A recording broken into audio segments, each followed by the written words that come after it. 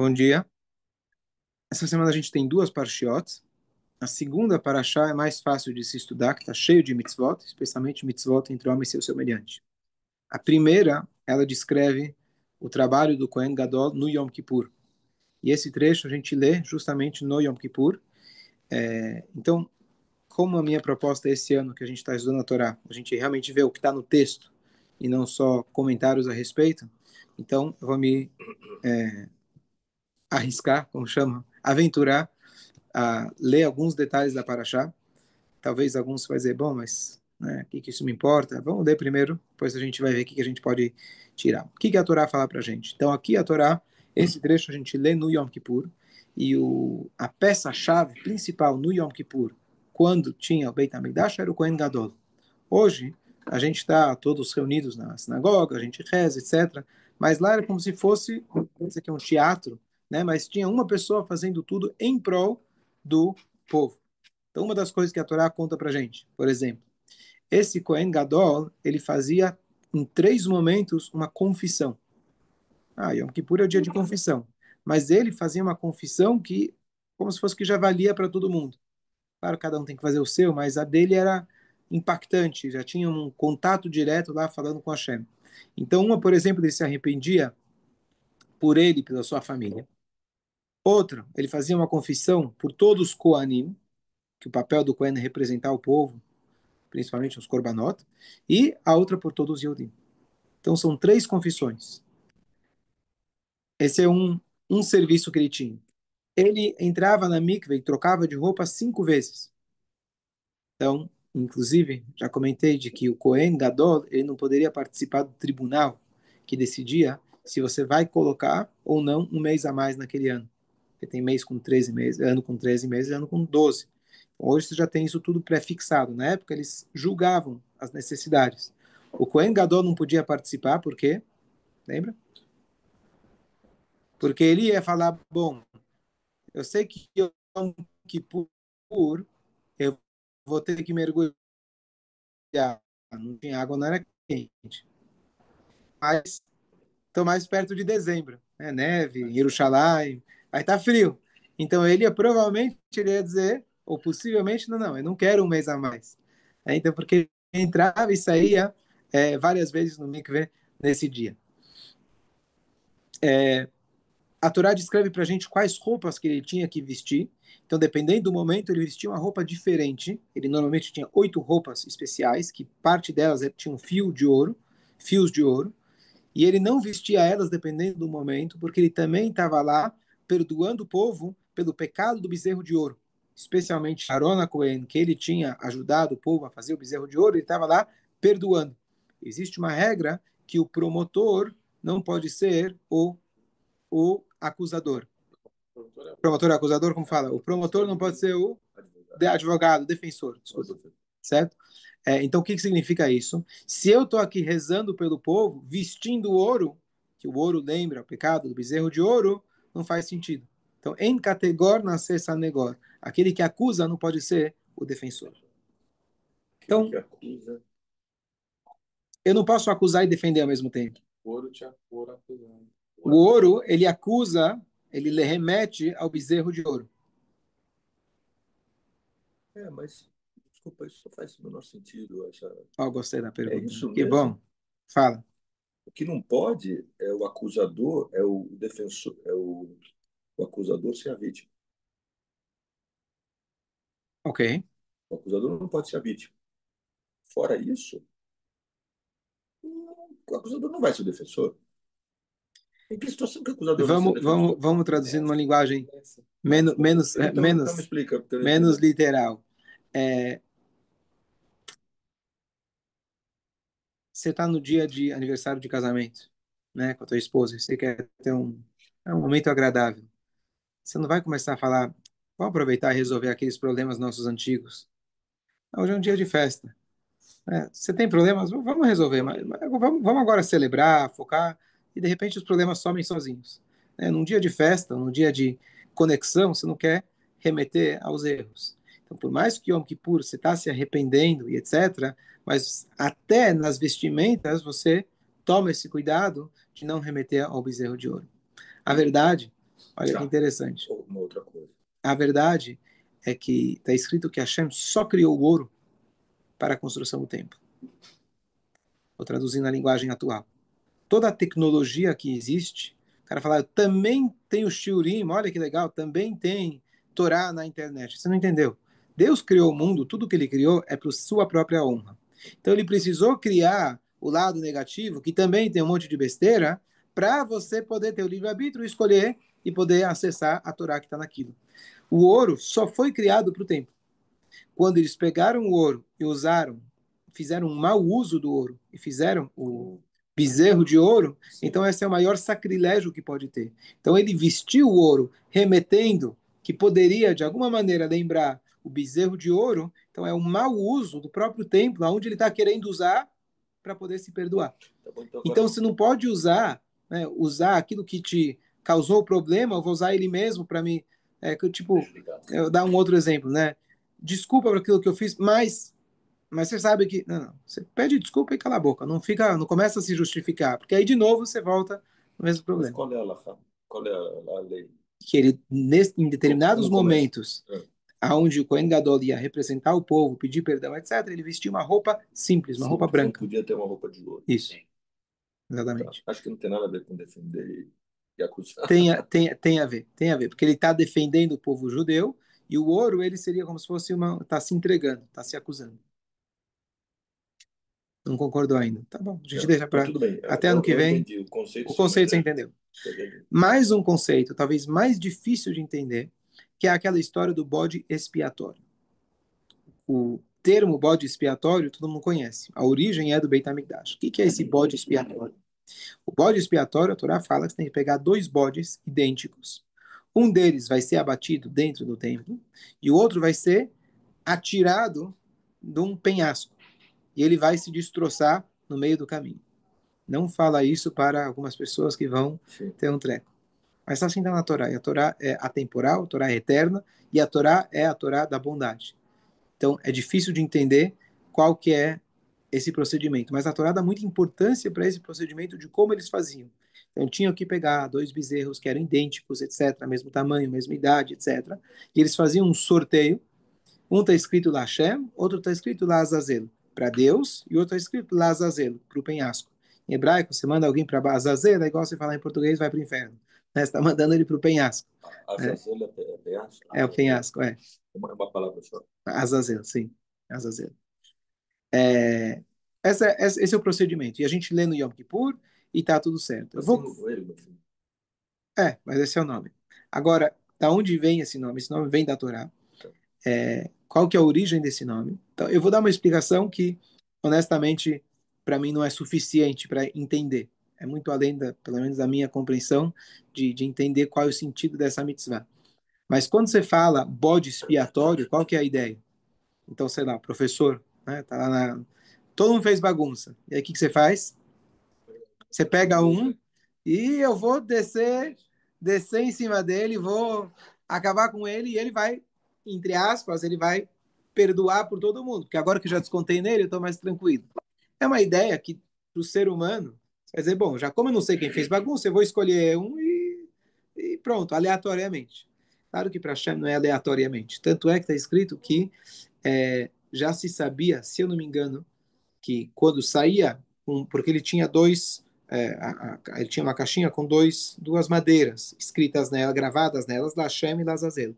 E se saía, aí ele pegava com a mão direita e com a mão esquerda e colocava em cima de cada um dos bodes. Aí você olhava e via que estava escrito.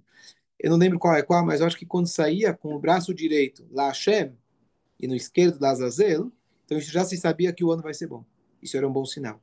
Quando saía ao contrário, já tinha um indicativo que alguma coisa não estava boa. Estamos falando aqui no templo onde a presença de Hashem era máxima e tudo funcionava de uma maneira completamente milagrosa. Então, esse é um comentário. Segundo comentário, o Cohen que fazia esse serviço, que ele levava o bode expiatório, historicamente se comprovou que ele nunca viveu até o ano seguinte. Ou seja, o bode expiatório, quem era? Além do bode, era ele mesmo. Mas sempre acontecia, às vezes tinha o bode, às vezes não tinha. Às vezes tinha um bode expiatório, às vezes não. Ou sempre tinha. Sempre tinha. Era o procedimento do Yom Kippur. Tinha que ter esse bode expiatório. Tá. Tinha que ter, faz Sempre tinha parte que ter. do serviço. Então, hoje o nosso serviço é sentar e rezar. Certo. Né? Antigamente você tinha, Não, não. o pessoal ficava na Antigamente. expectativa lá de ver o que vai acontecer com o Kohen Gadol. Por que tem esse bode expiatório? Então, aí vamos lá. Então, eu não tenho uma explicação satisfatória, pelo menos para mim, que eu vou dizer, ó, aqui está a explicação de você pegar o bode e atirar ele do penhasco. Não tem. Eu posso só te dar alguns, né, alguns pontos de pensamento a respeito.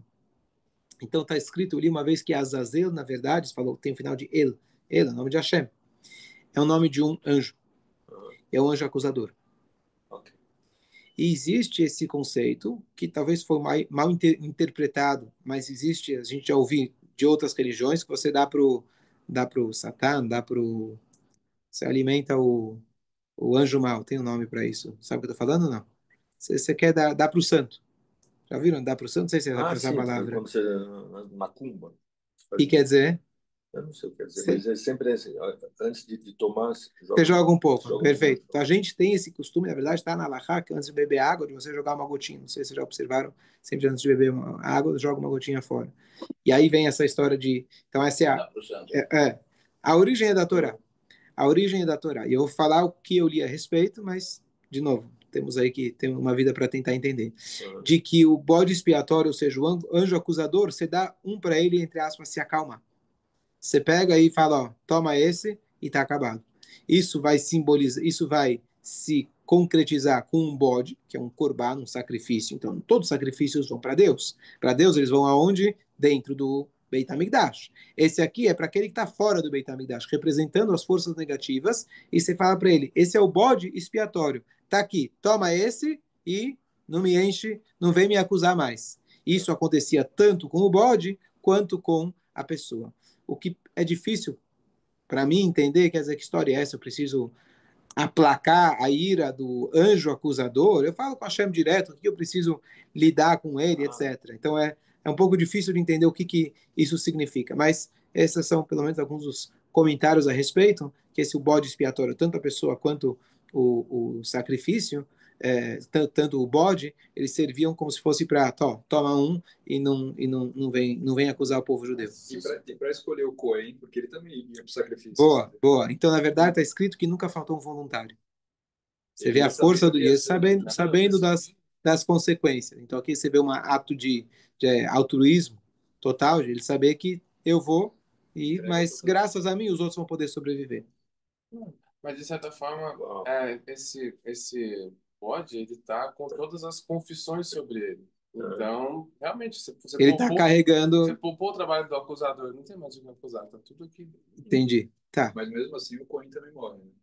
Sim. Mas não nessa hora, não é que ele morre no ao longo do ano. Ao longo do ano. Agora, quem joga o bode não é um Cohen do templo, é alguém que é Cohen. Todos os Koanim, na época, serviam no templo, eles faziam um revezamento. O bode Pô, faz sozinho, né? ok. Mas tinha milhares de Cohen. Tinha. E eles faziam um revezamento de cada semana era um grupo de Kohen. Então não é para aplacar Deus, é para aplacar o Azazel. Para aplacar o anjo acusador. O que também é difícil de entender, quer dizer, tudo é Hashem, Hashem controla tudo. O que significa isso? Né? Parar de acusar. Fazer acusação. Alguém fez um comentário. Não, ele se atirava, o Cohen, ele atirava ele do penhasco. Mais interessante ainda, tá na leitura. Oi. Na leitura do. É difícil, é difícil da gente entender. E ele tinha enrolado nele, preso nele, um fiozinho vermelho. O vermelho simboliza o sangue. E depois que ele caía e se destroçava, a fita, se Deus realmente perdoa, ela ficava branca. Que a ideia é que Deus ele limpou todo o pecado, limpou todo o sangue. Mas era para Deus ou era para Azazel? Então, tudo é para Hashem, né? É um serviço de Hashem. Será? Mas Hashem mandou você fazer desse formato. Então, o que faziam com o bode depois? Nada, ele se destroçava. Esse não era um bode que se comia. Não. Geralmente, Eu estou tranquilo, porque isso aqui é a mitzvah de Hashem.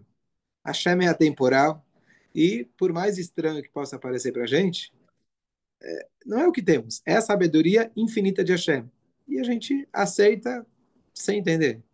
Mas acho que é importante, como é a Hare Kedoshim, de todas, recebe tudo aí, basicamente, são os Hukim. Então, realmente, ainda mais a parte de que tá falando do Kohen, é a mais acima da lógica humana de todos. Não vai Sim. ter como entender. É, Mas você tem. mas a gente tem que tentar. O que do Shin é mais fácil de entender. O que a gente pode um ensinamento muito bonito sobre essa passagem, não propriamente dito de dizer de atirar o bode, mas antes disso, que os dois bodes tinham que ser idênticos. E o destino deles era exatamente o contrário. Um foi para Deus e outro foi, assim por dizer, um serviço de Deus, mas para o Azazel. Então, eu vi uma explicação muito bonita, que às vezes a gente tem dois filhos. Os dois são idênticos, receberam a mesma educação, as mesmas condições, e de repente um vai para um lado e o outro vai para o lado completamente contrário. E às vezes a gente pode se culpar, dizer, onde eu errei? Às vezes já está decretado, assim é, cada um tem o seu caminho, cada um tem a sua, o seu destino, cada um tem o seu papel. E às vezes ele está indo para o Azazel, no sentido dele ir até um lugar onde você nunca vai alcançar, e de lá ele talvez vai conseguir extrair algo bom, conseguir fazer uma transformação. Por mais que no momento pode parecer que ele está indo para o penhasco, ele está indo para o sangue, ele está indo para um lugar ruim, mas talvez ele está, de alguma maneira, ajudando todo o resto do povo. Você não sabe como.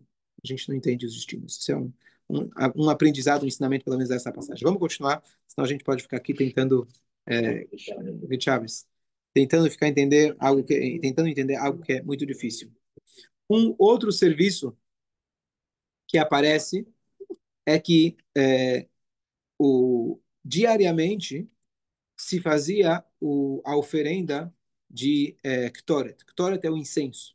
Então, a Torá descreve para a gente textualmente como se preparava esse incenso, mas nesse dia é um procedimento especial e quem faz é o próprio Kohen Gadol, e ele tem que, como que se fazia esse incenso, na verdade, então ele pegava, ele ia com uma pá até o altar onde se fazia os sacrifícios, pegava algumas brasas, entrava no lugar mais sagrado, e aí ele jogava as especiarias em cima das brasas quentes, e aquilo soltava um cheiro agradável. Esse é o trabalho do Ktoret. Eu já... É esse que está todos os dias? Sim, esse que a gente lê todos os dias, a gente se fazia todos os dias. Você não consegue repetir a palavra depois. Sabe, você pode não, Mishkal Shkim Shivim, né? Moro Ktsia Shibod Nev, Hakom Mishkal Shassar. Demorou até o ler até o final. Ele enrosca a língua. Mas quiser procurar no Spotify, já dei uns 2, 3 shurim a respeito do significado do Ktoret, então vamos seguir adiante, se alguém quiser saber mais detalhes, mas isso também era a parte integral, muito importante, do serviço do Kohen Gadol. Outra coisa que ele fazia são vários sacrifícios, e com esses sacrifícios, todo o sacrifício, a parte mais importante do processo de sacrifício não é abater o animal, é pegar do sangue do animal e jogar ele no altar. E não é sequer também você colocar as gorduras do animal para queimar. Isso era secundário. O principal, por exemplo, alguém tinha um pecado, ele precisava perdoar, isso acontecia no momento onde se pegava esse sangue que sai na hora da shritá, o Cohen pegava num potinho e ele levava até o altar, e tinha lugares, dependendo do tipo de corban, aonde que ele fazia, onde que ele pegava ou com as mãos, ele tocava com esse sangue, ou ele jogava esse sangue. Isso acontece também, especialmente no Yom Kippur, porque ele entra até o lugar mais sagrado e ele atira, ele pega o sangue em direção à cortina, aonde estava o Kodesh HaKodashim, e ele tinha que fazer Achat Lemala, Sheva Lemata, uma para cima e 7 para baixo, e a gente conta isso no Yom Kippur. Isso faz parte também do serviço do Kohen Gadol, e Korban é um rock, é um dogma de Hashem, e a gente segue adiante, mas pelo menos a gente sabe um pouquinho do que acontece. O momento máximo acontecia, todos sabem, que é quando ele entrava no Kodesh HaKodashim. Era uma vez no ano que ele entrava lá, no Kodesh HaKodashim, lugar mais sagrado, onde ficava lá as luchot quebradas, estavam lá os querubim, etc. E lá se tinha algo muito milagroso que acontecia, os querubim, que eram aqueles dois anjinhos que ficavam em cima do altar, da arca. E aí o Kohen Gadol ele entrava lá rapidamente, e se ele saía vivo, ótimo. Se ele não saía vivo, sinal que ele não tinha mérito suficiente. Isso também era um sinal para o resto do povo. Quem é que está te representando? Se esse cara não sobreviveu, quer dizer que alguma coisa, o povo como um todo não está. Então, pessoas ficavam muito ansiosas para ver ele saindo. E quando ele saía, se cantava, se tinha uma celebração especial, um alívio, né? Que bom, Baruch Hashem. E a gente no serviço de Yom Kippur à tarde, a gente vai lendo o esplendor do Kohen Gadol, a face alegre que ele saía e como isso trazia essa alegria para o povo judeu. Lá dentro ele fazia uma reza muito curta. Por quê? Para o pessoal não começar já a ficar preocupado que demorou demais aonde ele está. Então ele fazia uma reza realmente curta, pedia pelo povo judeu e ele saía. Hoje a gente não tem esse serviço, infelizmente, é Mashiach chegar, mas a gente faz a leitura que descreve todos esses detalhes na ordem, como que se fazia, todos esses sacrifícios, mas eu pelo menos mencionei aqui os serviços principais que o Kohen Gadol ele fazia. Então falamos da mikve, falamos do Azazel, falamos dos jogar o sangue, a mikve, falei que ele mergulhava 5 vezes na mikve, que entre um trabalho e outro ele tinha que trocar de roupa, e antes de trocar de roupa ele tinha que ir na mikve, então era toda uma purificação assim muito grande. E aí a gente passa para o próximo tema, que são as relações proibidas. Nessa mesma paraxá, e na tarde do Yom Kippur, justamente você vai ler a proibição de você casar com a tua irmã, com a sogra, com a nora, e parentes próximos em geral, e mais algumas que a Torá proíbe para a gente. E a pergunta é... Casar, você está falando se relacionar. Se relacionar, se relacionar. Na verdade, Uma vez que se relacionou, casou? Não, então você falou certo, porque não existe, nessas proibições, não existe sequer um casamento. Não existe você consagrar. Você chega para tua irmã e você dá um anel para ela, na frente de 2 testemunhas, você é consagrada para mim, não aconteceu absolutamente nada. Então você tem razão, você corrigiu bem, que é não se relacionar. Algumas outras proibições, por exemplo, um Cohen não pode casar com uma divorciada, mas se ele chegar e dar um anel para ela, ela está consagrada, ela vai precisar de um gueto. Então depende qual que é. Então se é Isur Karet ou Isur Lav. Isur Karet são aqueles que têm pena de morte. Aqueles que são penas de proibição, que a pessoa era passível de um castigo de chibatadas que se dava antigamente. Então o casamento aconteceu, mas ele está cometendo uma proibição. Então ele tem que dar o gueto para aquela mulher. Entendeu? Então nesses casos aqui, parentes próximos, então nem aconteceu, não existe um casamento. Pode casar nem com a divorciada e nem com a viúva. Né? Não, o viúvo, o Cohen Gadol, não podia casar com o viúvo. O Cohen comum, ele pode casar com o viúvo. E a gente lê isso na tarde do Yom Kippur. Pergunta a você, o cara que está lá, vem uma vez no ano, e aí ele fala, deixa eu acompanhar o que estão lendo aqui. Aí começa a ler esses negócios, fala, peraí, eu achei que ia ler o Shema Israel, achei que ia ler outros trechos mais, fala do momento que Deus deu a Torá, e vai lá e lê essas coisas. O Rambam ele escreve, Maimonides ele escreve que a promiscuidade, o Yetzer Hara, o nosso mau instinto, ele é muito próximo da sensualidade. E justamente no momento que está todo mundo reunido, é a hora de você falar e encarar as dificuldades que nós, seres humanos, enfrentamos. O judaísmo nunca omite nada. Ele conta para a gente todas as histórias, por mais explícitas que são. A Torá conta de forma aberta, contando para a gente a realidade do ser humano. Muitas vezes a religião, nós não somos uma religião, encobre muita coisa e você consegue mascarar você a Torá expõe tudo. A Torá expõe tudo. E no dia mais sagrado, você vai lá e expõe as nossas falas sobre as coisas mais difíceis, que são os relacionamentos e o erro, onde o ser humano ele é capaz de chegar. Você falou, nós não somos uma religião. Não, nós não somos uma religião. Não, nós elabora isso. Mas, tá, só um minuto. O cara não deixa. Faltou o Arthur aqui hoje também para. Ótimo. Você eleva o nível do nosso show. Mas deixa eu só concluir. Muitas vezes você usa toda uma religião, digamos assim, para você mascarar os instintos nossos animais. A ideia nossa é transformar, não é mascarar. E parte da transformação é você olhar cara a cara com as tuas dificuldades. Então, por exemplo, os sábios, está escrito assim na Guimará, eles viravam para os alunos e falavam: se cuide pela minha filha. O que quer dizer? Às vezes ele é um sábio e todo mundo quer impressionar o professor porque a filha dele é bonita, a filha dele tem uma posição importante, é filha do rabino, e ficam lá de olho nela. Ao invés dele encobrir e fingir que não existe, pretender que, que não existe, ele falava, fingir que não, em inglês fala pretend, né? Pretend, tá na minha cabeça. Fazer que não existe, ele falava claramente, né? Não vem que não tem.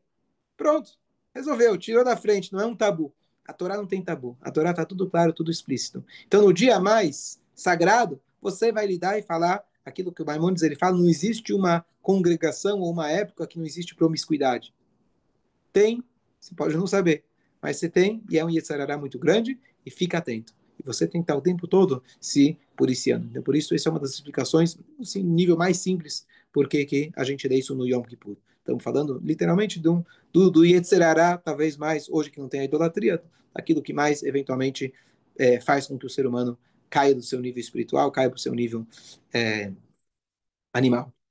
Nós não somos uma religião por vários motivos, mas a palavra religião vem do religue, religar. Nós não estamos praticando um, um conjunto de atos para a gente se ligar. Nós já estamos ligados. Ok. E o judaísmo, a gente fala ser judeu, né? Religioso. Ser judeu significa viver de acordo com a tua essência. Então não somos uma religião. Entendi. Dúvidas? Então, mas essas confissões, na época do Beit HaMikdash, não tinha isso, né? Então agora tem o Sidur só, né? Esses discursos de ter que ficar relembrando cada uma desses processos. O Kiliakar, ele tem uma explicação que ele fala, que ele pega a gramata da palavra Asatam, dá 364. Aí ele explica que esse um dia que falta é que só tem um único dia no ano que o Satã não tem poder de fazer nada, que é no Yom Kippur, que a Sim. gente está em um outro nível, além Sim. do tempo. Então, e aí? Mas por que ele não tem condições? Porque você só fazia um procedimento que permitia que ele fazia com que ele não pudesse acusar. Mas não porque eu estava lendo tudo isso. Além do que? Você está falando em relação às relações Não, proibidas ou em relação a... Você voltou para o... Sim, o que Ah, tem? você está lendo tudo. É só porque hoje não tem meio da verdade, mas na época eu não precisava ficar lendo tudo. Não, você não precisava ler. Você fazia. Você fazia. Hoje você lê a descrição, que é o que a gente pode fazer. Mais um ponto importante, talvez mais inspirador, digamos assim. Por que a Torá proíbe se casar com parentes próximos? Vamos olhar no sentido não só genético, né? Que hoje se vê, sabe o que isso significa, mas se a gente for parar e pensar, casar seria muito mais fácil você casar com um parente próximo, alguém que conhece a tua realidade, viveu igual, tem mesmos valores, do que você casar com alguém estranho. Então, o Maral de Praga, que ele sempre pega o lado mais cabalístico da coisa, não olhou no aspecto técnico, mas como que eu vou me casar com minha amiga irmã? Não é isso que ele está perguntando, mas o que significa por trás, o que ele diz é que toda a ideia do casamento é você casar com alguém estranho, alguém diferente. A única exceção foi Caim e Abel, Caim e Hevel, que tiveram que casar com as próprias irmãs, porque não tinha outro, né? E ainda a Torá fala, Chesed foi uma bondade que Hashem fez, ou seja, Hashem quebrou a regra para que pudéssemos estar aqui. Mas caso contrário, toda a ideia do casamento é você ter alguém diferente de você. Então, o que isso explica para a gente é que quando você casa, de repente você se depara com uma situação onde você fala, peraí, né? Eu achei que era tudo maravilhoso, tudo igual e tudo, a gente se amava, certo? Mas a ideia é que esse amor que a Torá propõe para a gente, uma invenção absurda chamada casamento, é justamente aí que você tem esse contraste, e é isso que a Hashem quer da gente. A proibição de casar com parentes próximos, no sentido mais espiritual, é saber que a ideia do casamento é justamente esse contraste. Hashem não fez de uma forma onde você vai buscar alguém que veio da mesma família e pronto, você vai criar uma família como os animais fazem. São todos iguais, aparentemente, não sei. Né? Então ele se reproduz e vai continuando e está tudo certo. Eu continuo entre família. Não, a ideia do casamento é realmente você ir para uma outra família, uma outra pessoa, com uma outra cabeça, e é esse contraste justamente que traz a alegria de você ver a Yuda Basar Echat se tornar uma única carne, esse contraste, você unir, esse é o milagre do casamento, e esse é o milagre, na verdade, de toda a criação, de Hashem ter criado o homem, que por um lado ele tem esses instintos aqui completamente animais, e ele se tornar uma pessoa divina, onde ele consegue dominar e direcionar esses instintos. Dúvidas?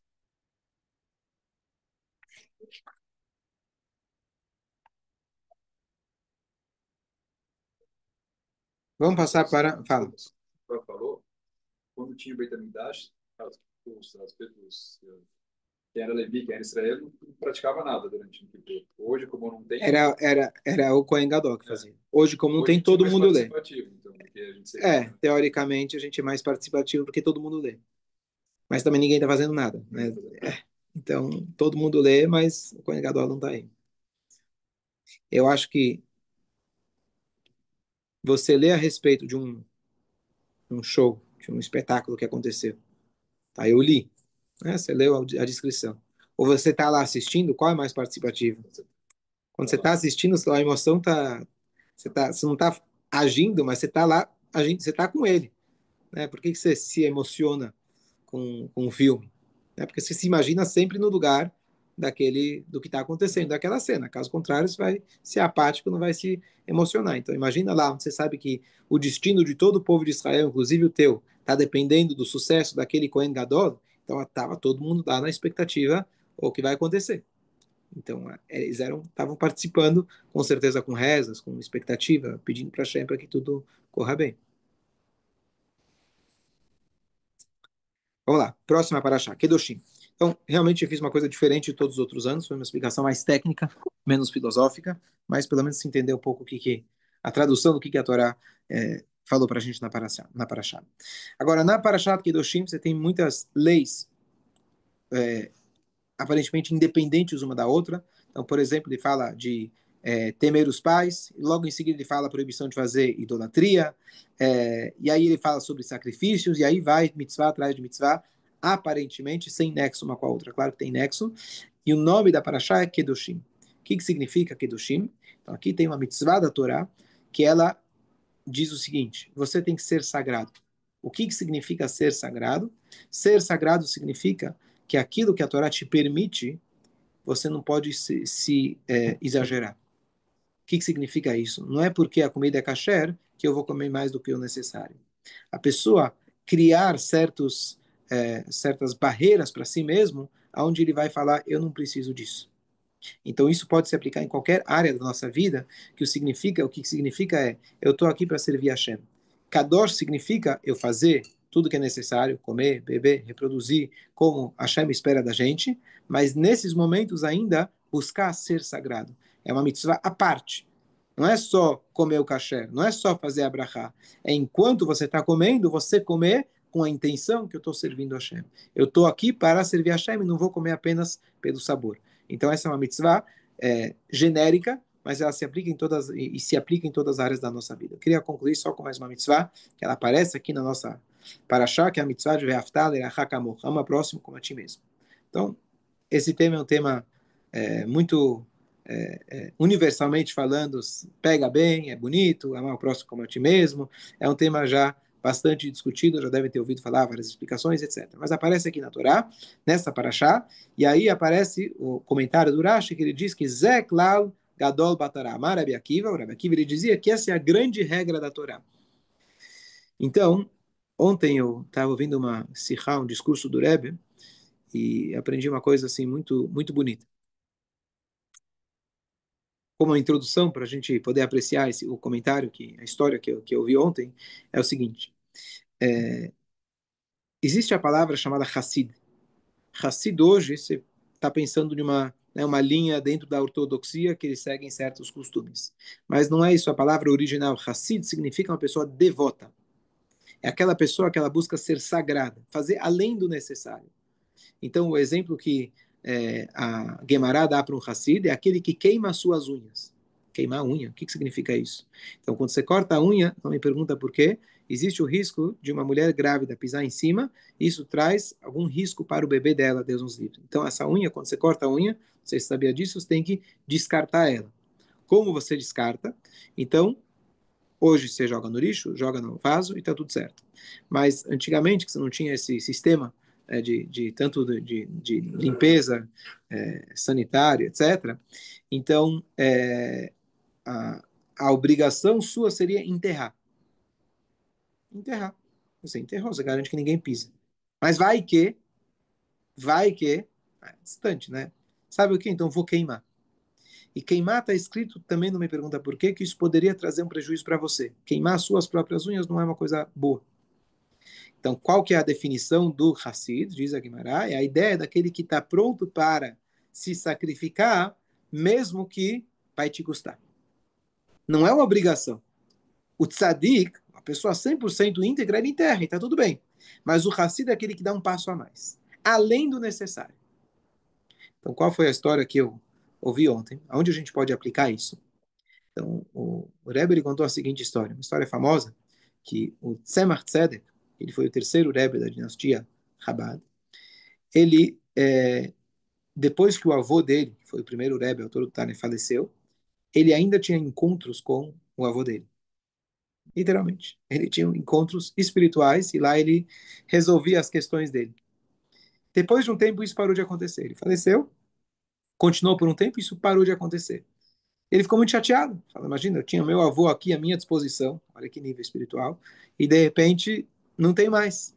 Rezou, fez tudo possível, imaginário, e aquilo não voltou. Um dia, ele está indo para a sinagoga, e no caminho da sinagoga, antes da reza de manhã, aparece um Yehudi, pede para ele um empréstimo.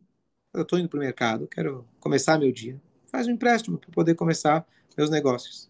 Ele falou, tá bom, eu te faço, estou indo para a sinagoga, vou rezar, e depois eu vou até em casa e te dou. Seguiu o caminho. Aí, de repente, ele se toca e fala, peraí, esse cara talvez vai fazer a diferença na parnassá dele. Eu estou aqui, eu vou agora começar a rezar. Essas horas aqui que eu vou rezar pode comprometer a parnassá dele. Ele voltou, correu, pegou o dinheiro e deu para aquele Yehudi. Quando ele entra na sinagoga, ele vê o avô dele. E aí o Rebbe analisou essa história e falou o seguinte, espera aí, com certeza o Tzemach Tzedek ele fazia aquilo que está escrito, que a pessoa deve dar tzedakah todos os dias antes da reza. Não foi a primeira vez que ele dá uma tzedakah antes da reza. Então ele já fazia isso.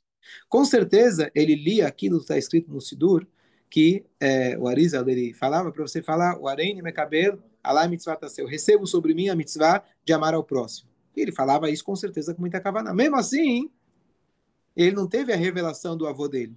O que destacou nessa história? Que ele emprestou alguns kopkes, né, alguns rublos lá pro cara, que agora, de repente, ele teve uma revelação tão importante do outro mundo. E o Rebbe falou, ele falou o seguinte, se fosse você mesmo, você pode fazer qualquer coisa antes de rezar? Você pode trabalhar antes de rezar? Não. A Torá fala, te ensina que a primeira coisa que você tem que fazer é você vai rezar, você não vai trabalhar. Então, para você mesmo, você iria pegar esse dinheiro para ir trabalhar? Não.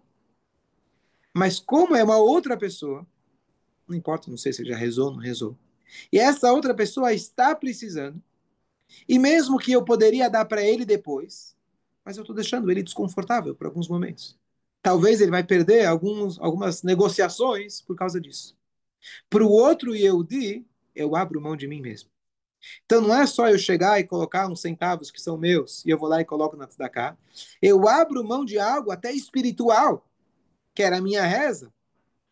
Eu vou fazer uma coisa antes da reza, quebrar o protocolo para poder ajudar um outro Yehudi.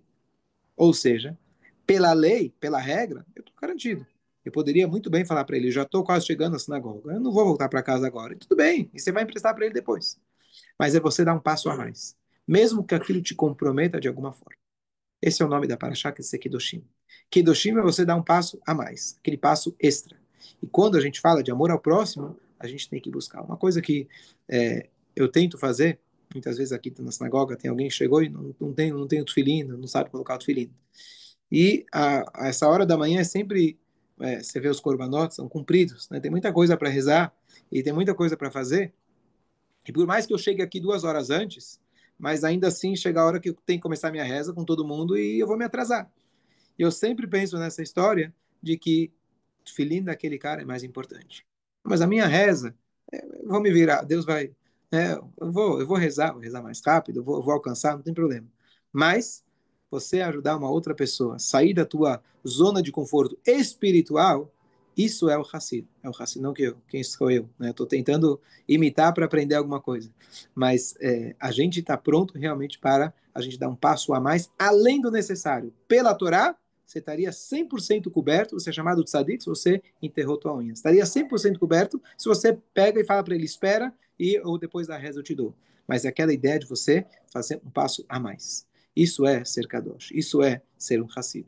Então, se a gente sair dessa paraxá, pelo menos com esse ensinamento, de aplicar isso principalmente nas relações com os outros, e a gente dar um passo a mais, fazer além do necessário, realmente a gente vai ter uma vida sagrada. Porque isso é sagrado. Sagrado não é o cara que se afasta, é o cara que fala, não, vou rezar, vamos conectar com Deus. Eu quero enxergar, eu quero ver meu avô que está no outro mundo. Você não vai enxergar teu avô. Você vai enxergar teu avô na hora que você sai e você está dando lá um trocado. Não é nada, mas algo físico, mundano, que vai ajudar uma outra pessoa, ele vai estar um pouco mais confortável. Ajudar uma outra pessoa fisicamente ou espiritualmente é algo grandioso e se a gente está pronto para se sacrificar por isso, especialmente no momento onde, infelizmente, tem divisões entre o nosso povo, e às vezes as divisões políticas, Israel falando, ela divide os corações, então é um momento onde a gente tem que dar um passo a mais, enxergar além das nossas opiniões, por mais religiosas que sejam, idealistas, e eu tenho certeza que é isso que é o certo, que é o que Hashem quer, então a desculpa religiosa não é uma desculpa. Ser sagrado significa você abrir mão do seu sagrado, não que você vai deixar de rezar, como eu falei, ele também foi rezar, mas você abrir mão do teu conforto espiritual para o bem-estar de uma outra pessoa, nem que seja bem-estar físico. Shabbat Shalom.